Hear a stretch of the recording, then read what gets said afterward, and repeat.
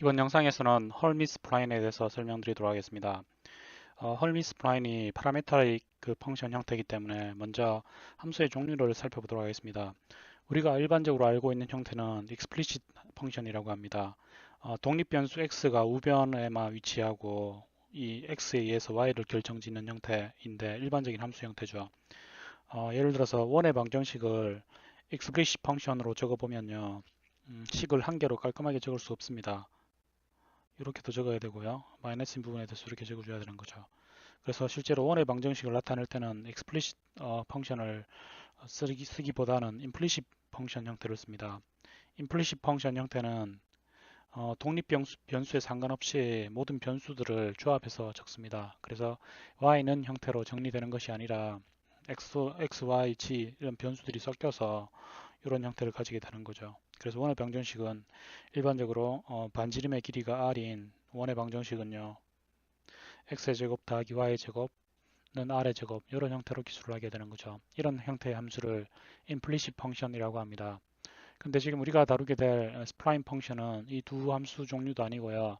파라메트릭 리프레젠테이션, 파라메트릭 펑션 형태가 되는데요. 보면 각각의 x, y 값을 결정짓기 위해서 추가적인 파라미터를 사용을 했습니다. 지금 같은 경우 세타를 사용을 했습니다. 세타의 범위가 0에서 2파이까지 변하는 동안 r 코사인 세타는 x 값을 결정하게 되고요. x 프로젝션이니까 r 사인 세타는 y 값을 결정하게 됩니다. 그러면 세 번째 변수, 파라메타 변수 세타를 도입을 해서 x, y, y를 기술할 수 있게 되는 거죠. 네, 이런 형태를 파라메트릭 펑션이라고 합니다. 그리고 그 스플라인으로 패스를 만들 때 두 번 미분해도 동작하도록 해줘야 되거든요. 그렇기 때문에 continuity, order of continuity라는 개념을 알 필요가 있는데요. 연속의 차수 이런 뜻이죠.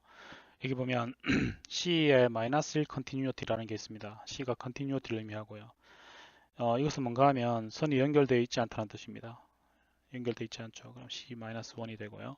C0는 C0 continuity는 연결은 되어 있지만 연결만 되어 있다는 뜻입니다. 예를 들어서 이렇게 되면 여기 연결은 되어 있죠. 하지만 미분 가능하지는 않죠. 연속적이지는 않죠. 그래서 C0라고 하고요.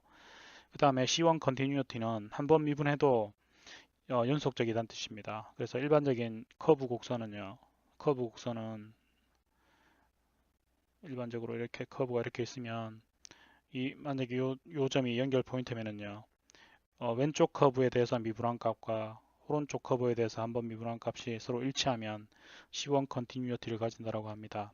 지금 우리가 이걸 살펴보는 이유는 큐빅 스플라인을 구현을 하면 이렇게 두 번 정도 휘는 이 곡선이 얻어집니다. 근데 이 두 개를 연결하기 위해서 여기서 뭐 이렇게 연결했다고 합시다. 근데 이 연결할 때 continuity를 유지를 하려면은요. 여기에서 이렇게 기울기값, 미분값이죠. 그 다음에 여기에서 기울기값, 이게 일치해야 됩니다. 지금 일치하지 않으면 이제 이 선이 그 연속적으로 컨티뉴어스하게 연결된 게 아닌 게 되는 거죠. 이걸 연결 쪽에서 만약 패스로 쓰는데 저렇게 미분의 불일치가 생겨버리면은요, 저런 데서 애니메이션이 튀거나 뭐 그런 좀 문제가 생길 수 있습니다. 근데 큐빅 스프라인은 실제로 C2 컨티뉴어티를 유지를 해줘야 됩니다. C2 컨티뉴어티는 뭔가 하면 두 번 미분해도요. 두 번 미분해도 연속적일 때가 됩니다. 그러니까 3차 함수는 돼야 됩니다. 2차 함수까지는 안 되고요. 3차 함수 정도는 돼야지 두 번 미분해도 연속적일 수 있게 됩니다. 그래서 이건 왜 그렇게 되는지는 그 뒤에서 살펴보도록 하고요. 그 다음에 스플라인의 일반적인 정의를 위키에서 가져왔는데요. 스플라인은 뭔가 하면 예전에 이제 제가 어릴 때는 이런 자를 사용해서 곡선 부분을 그렸습니다. 이런 자를 스플라인 자라고 했습니다. 스플라인은 보면 어, 간격을 간격과 간격을 부드러운 곡선으로 연결해야 될 때 이렇게 뭐 이렇게 연결해야 될 때요. 특정한 간격 단위로 끊어서 그거를 기술하는 것을요. 다항식 폴리노멀 펑션으로 이렇게 기술하는 겁니다. 이게 만약에 뭐 P0 이렇게 기술을 하고요. 그다음 다항식은 P1으로 기술을 하고 이런 식으로 쭉 기술할 수 있겠죠. 그럼 부드러운 곡선을 계속해서 연속해서 그릴 수 있겠죠. 그래서 피스 단위로 정의된 폴리노미를 사용해서 펑션의 조합으로 표현하는 것을 스플라인이라고 합니다. 그 중에서 우리는 큐빅 스플라인을 살펴볼 건데요. 큐빅 스플라인이란 말은요. 독립변수의 최고 차수가 3차라는 뜻입니다. x의 삼성 형태로 나타내야 되는 거죠. 쿼드레틱은 2차 함수니까 2차 쿼드레틱 스프라인 A입니다. 예를 들면 이렇게 정의합니다.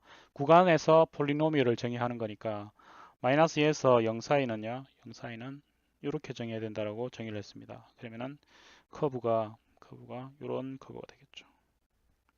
그리고 0에서 2 사이는 이렇게 정의된다라고 정의를 할 수 있습니다. 그러면은 그 다음 커브는요. 이렇게 되겠죠. 그러면 전반적으로 이런 커브를 나타낼 수 있게 되는 거죠. 그래서 구간과 구간을 다양식으로 계속 연결해서 부드러운 곡선을 쭉 연결할 수 있도록 있거든요. 근데 큐빅 스플라인은 3차식을 씁니다.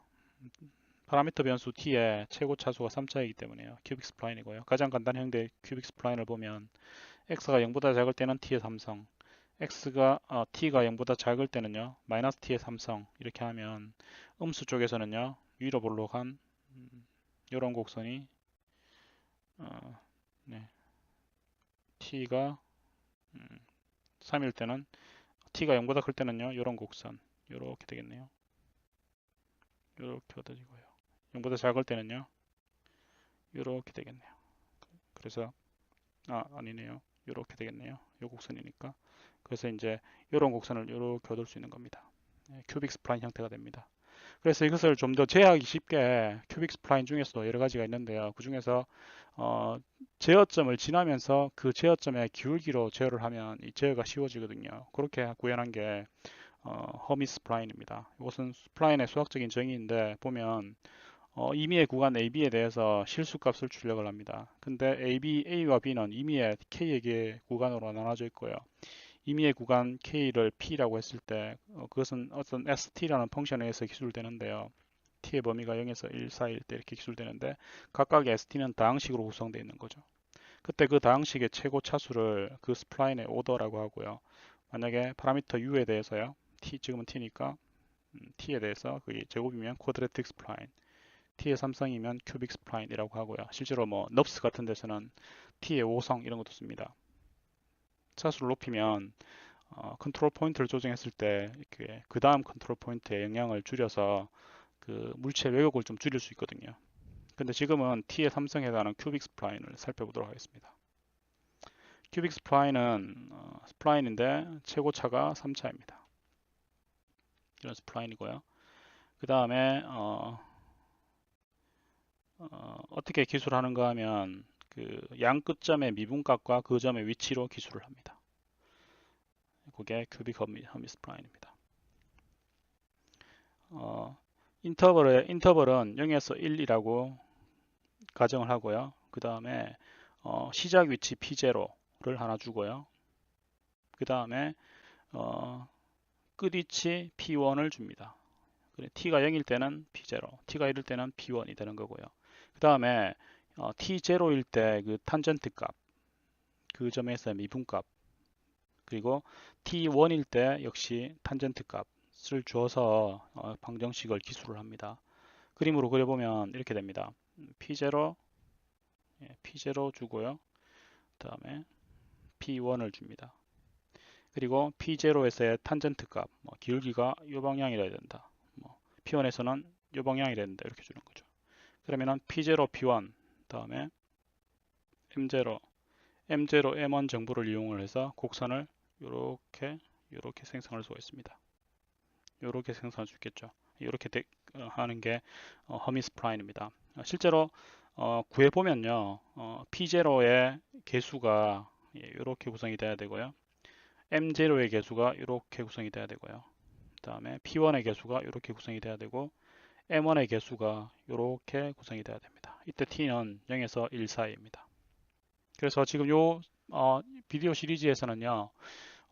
개수들을 왜 저렇게 구할 수 있는지 그거를 설명드리도록 하겠습니다. 두 번째 영상에서 끝내야 돼서 여기서 마치고요. 식을 설명하는 부분은 그 다음 영상에서부터 설명하도록 하겠습니다. 감사합니다.